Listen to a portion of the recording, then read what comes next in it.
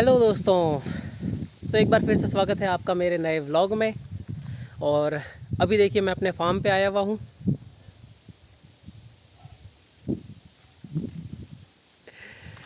काफ़ी दिनों के बाद मैंने सोचा आज एक बार फिर से व्लॉगिंग शुरू करते हैं। ये देखो, एक तो ये नन्ही सी बछड़ी है और यहाँ पे देखो हमने बेर के पेड़ लगा रखे हैं। मतलब छोटे छोटे पौधे लगाए हैं, बड़े होंगे तो पेड़ बन जाएंगे। यहाँ पर एक चीकू का पौधा लगाया है। ये वही वाले ट्री गार्ड जो मैंने तैयार किए थे पिछली बार। ये हमारा भोमे जी का थान। इसके ऊपर हमने ये देखो ऐसा छपरा बनवा दिया है। और ये वाले ट्री गार्ड के अंदर यहाँ देखो ये अनार लगा रखा है। इधर ये सहतूत का पेड़ लगाया हुआ है। और यहाँ पे हमने लगा रखा है ये आम का पौधा।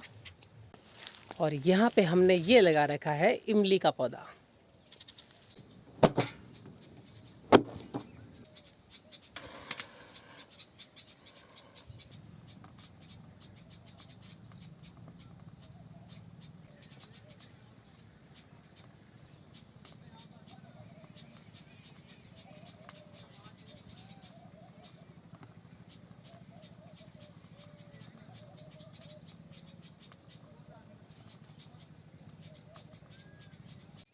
और इसमें हमारी गिलहरी के लिए हम मूंगफलियाँ लेके आए हैं। अब हम भूमिया जी के फेरी दे लेते हैं और साथ में ये मूंगफली भी हम हमारी गिलहरी दोस्त के लिए यहाँ रख देंगे।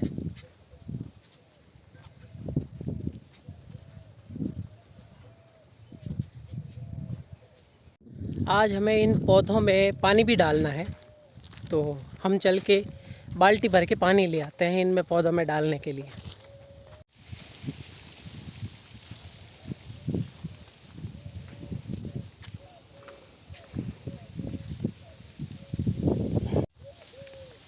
ये हमने पानी की बाल्टी ले ली है और इसको ले जाके हम उन पौधों में डाल देंगे।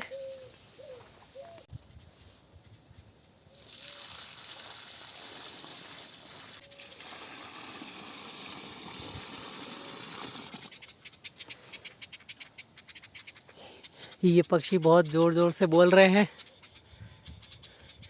इनको लग रहा है मैं शायद इनके बच्चों को कोई नुकसान पहुंचा रहा हूँ। अरे नुकसान नहीं पहुंच रहे हैं मम्मी जी, आपके बच्चों के घर को थोड़ा सा बड़ा करेंगे, एकदम मतलब बहुत ऊंचा जाएंगे ये। अभी बाल्टी छोटी होने की वजह से एक बाल्टी तो 2 पौधों में ही ख़त्म हो गई। बाकी बचे हुए 2 पौधों के लिए हम एक और बाल्टी भर के ले आते हैं।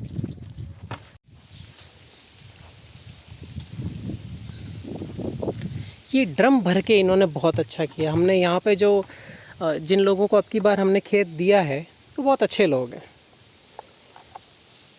काफ़ी अच्छे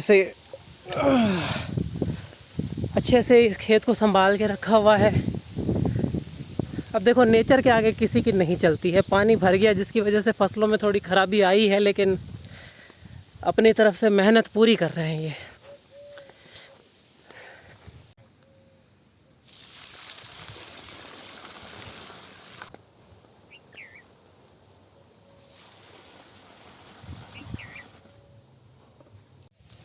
ये महाशय कहाँ भागे जा रहे हैं? अरे रुको रुको जी, आपको भी शूट कर ले, व्लॉग में ले रहे हैं।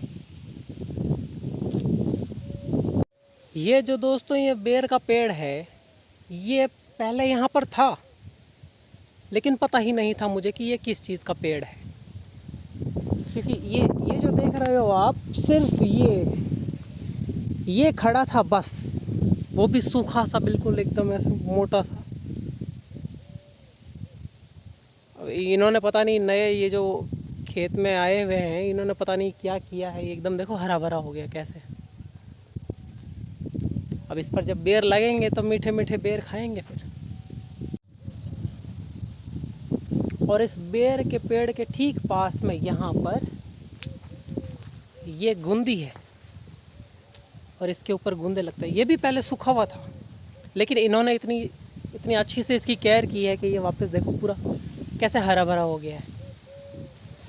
अब हमारे यहाँ इसको गुंदा बोलते हैं, आपके वहाँ पता नहीं इसको क्या बोलते हैं। ऐसे हरे हरा फल लगता है और वो पकने पे है, मतलब हल्का गुलाबी टाइप का हो जाता है, अंदर से लसोड़ा बोलते हैं, सही बात, लसोड़े बोलते हैं इनको। इस बाल्टी को हम वापस रख देते हैं वहीं पर जहाँ से हमने इसको उठाया है।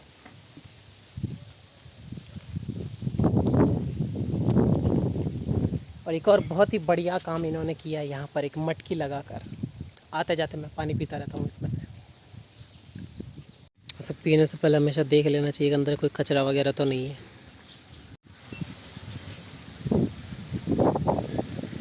दोस्तों अब मैं वापस जाऊंगा अपने घर की तरफ।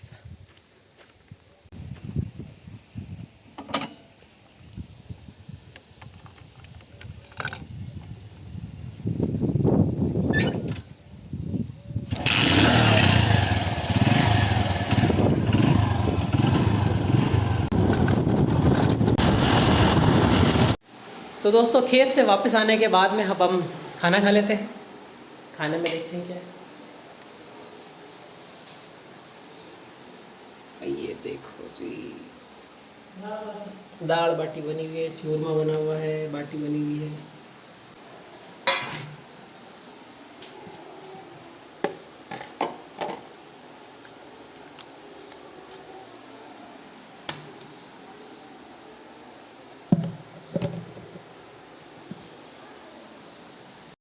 और दोस्तों दाल बाटी और रोटी खाने के बाद में मेरे लिए ये चूरमा भी आ गया है। मम्मी ने हमें चूरमा डाल दिया है। और खेत से आने और खाना खाने के बाद शुरू होता है हमारा स्किन केयर। और उस स्किन केयर के लिए सबसे पहले मैं धोता हूँ अपना फेस। ये है हमारा फेस वॉश और इससे हम धो लेंगे हमारा ये थोबड़ा।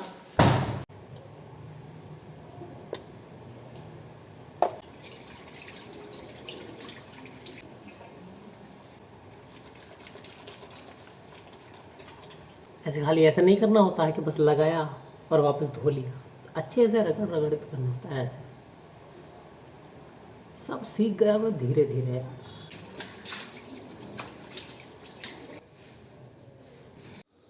मुंह धो लेने के बाद में भी आप देखो ये इतना सारा तामझाम और किया हुआ है। ये सीरम, ये मॉइस्चराइज़र, ये सनस्क्रीन, ये रात को सोते टाइम लगाने का पता नहीं क्या है। एक तो यार ये पता नहीं ये लोग ड्रॉपर क्यों दे देते हैं। यहाँ पे ऊपर डालते हैं नीचे चली जाती है, कभी कभी तो नीचे गिर जाती है, पता नहीं क्या है।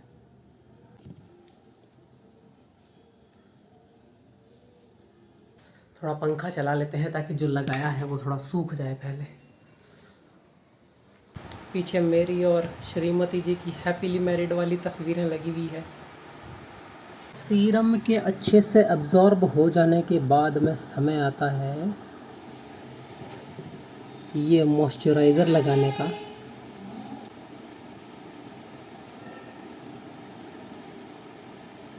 पहले से ही बता रहा हूँ, इसे लगाने की विधि मुझे ठीक से नहीं पता है। तो जैसे मैं लगा रहा हूँ मुझे लगाने दो। ऐसे कमेंट में कोई नहीं करेगा कि ऐसे नहीं लगाते वैसे करते हैं, मत करो।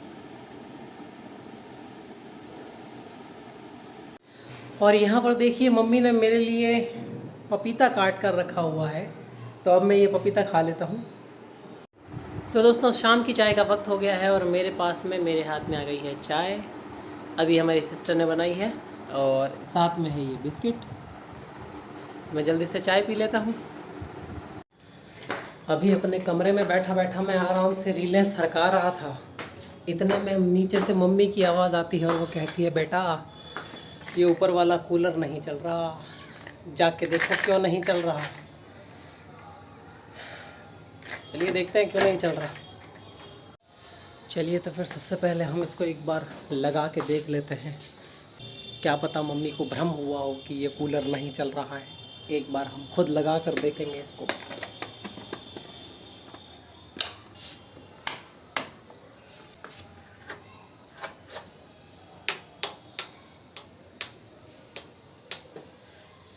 ये तो हकीकत में नहीं चल रहा, वास्तव में भी नहीं चल रहा। थोड़ा बहुत तो इलेक्ट्रिशियन का काम जानते ही हैं। अभी लगा के देख लेते हैं कि करंट यहाँ पर आ रहा है कि नहीं आ रहा है।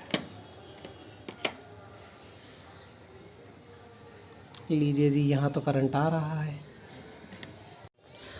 तो अब बारी है इन श्रीमान को चेक करने की कि आप सही काम कर रहे हैं कि नहीं कर रहे हैं। लगता है इन्हीं श्रीमान में गड़बड़ी है, ये महाशय ठीक से काम नहीं कर रहे हैं। एक बार क्रॉस चेक करने के लिए हम कूलर को सीधे ही प्लग में लगाकर देख लेते हैं। ये जी, कूलर महाशय चल पड़े हैं। इसे ही खोल कर देखते हैं अब।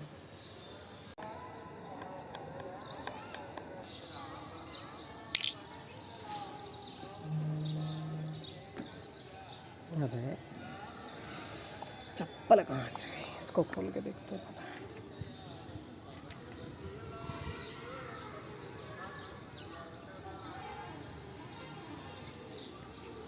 लग तो ठीक ही रहा है यहाँ पर सब कुछ।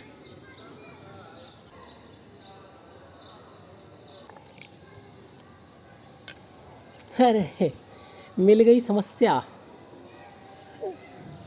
ये महाशय अंदर से टूटे हुए हैं। ऐसे क्यों खुले होंगे ये?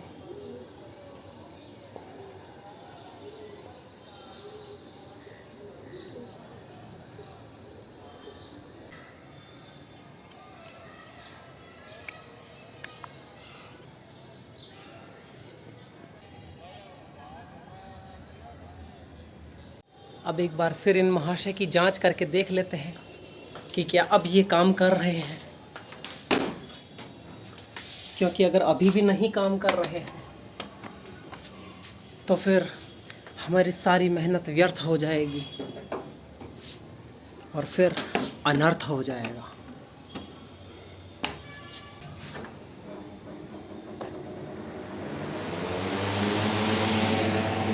बधाई हो मित्रों, ये काम कर गया। तो दोस्तों अब टाइम हो गया है शाम के खाने का। और शाम के खाने में देखो क्या क्या बना हुआ है। खिचड़ी, इसके ऊपर घी शक्कर डाल के बनाया हुआ है। चटनी है, ग्वार फली की सब्जी और रोटी, साथ में बाजरे की रोटी भी है। तो जल्दी जल्दी से शाम का खाना भी खा लेते हैं।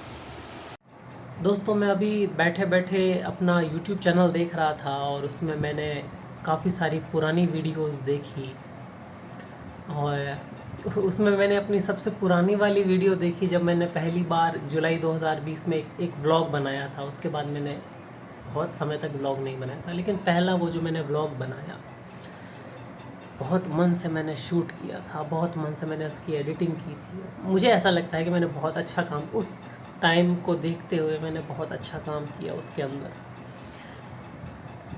और मेरा कोई इतना ज़्यादा बड़ा सपना नहीं है कि मैं कोई बहुत बड़ा यूट्यूबर बनूं, सौरभ जोशी जैसा बनूं। ठीक है, थोड़ा बहुत आप लोगों को एंटरटेन कर दूंगा, यही चाहिए मुझे। आप लोगों को अगर व्लॉग्स पसंद आते हैं और आपको अच्छे लगते हैं तो आप उनको लाइक कीजिए, चैनल को सब्सक्राइब कीजिए और अपने दोस्तों के साथ में शेयर कीजिए। और मिलते हैं आपसे अगले व्लॉग में।